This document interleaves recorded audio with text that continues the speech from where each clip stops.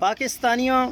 اپنے دوست اور دشمن کی پہچان کرنا آج کل بہت زیادہ آسان ہو گیا ہے۔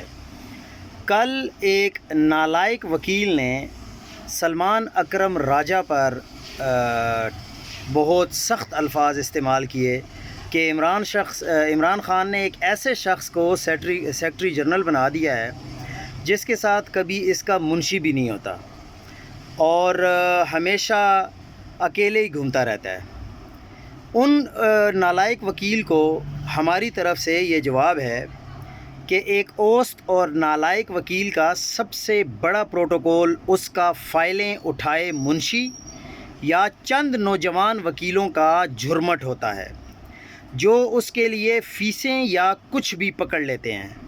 کچھ بھی سے مراد رشوت، سیدھے الفاظ میں،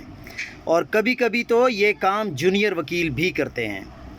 یہ منشیانہ پروٹوکول کی ذہنیت ایک نالائق اور شعبدہ باز وکیل کو تو ہو سکتی ہے،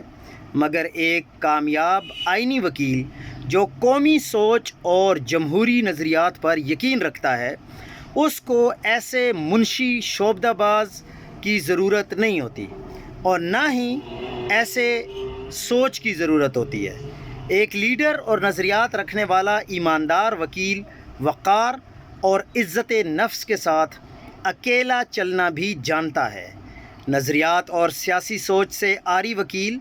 پروٹوکول کے بغیر خود کو غیر محفوظ سمجھتے ہیں اور اسی لیے وزارت پکڑنے کے بعد اپنے عہدے اور پروٹوکول کی نمائش کرتے ہیں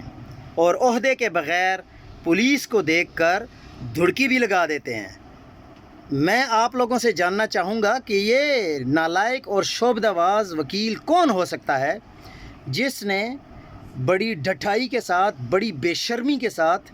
پی ٹی آئی کو تو خیر بات کہہ دیا، پولیس کو دیکھ کر دوڑ بھی لگا دی،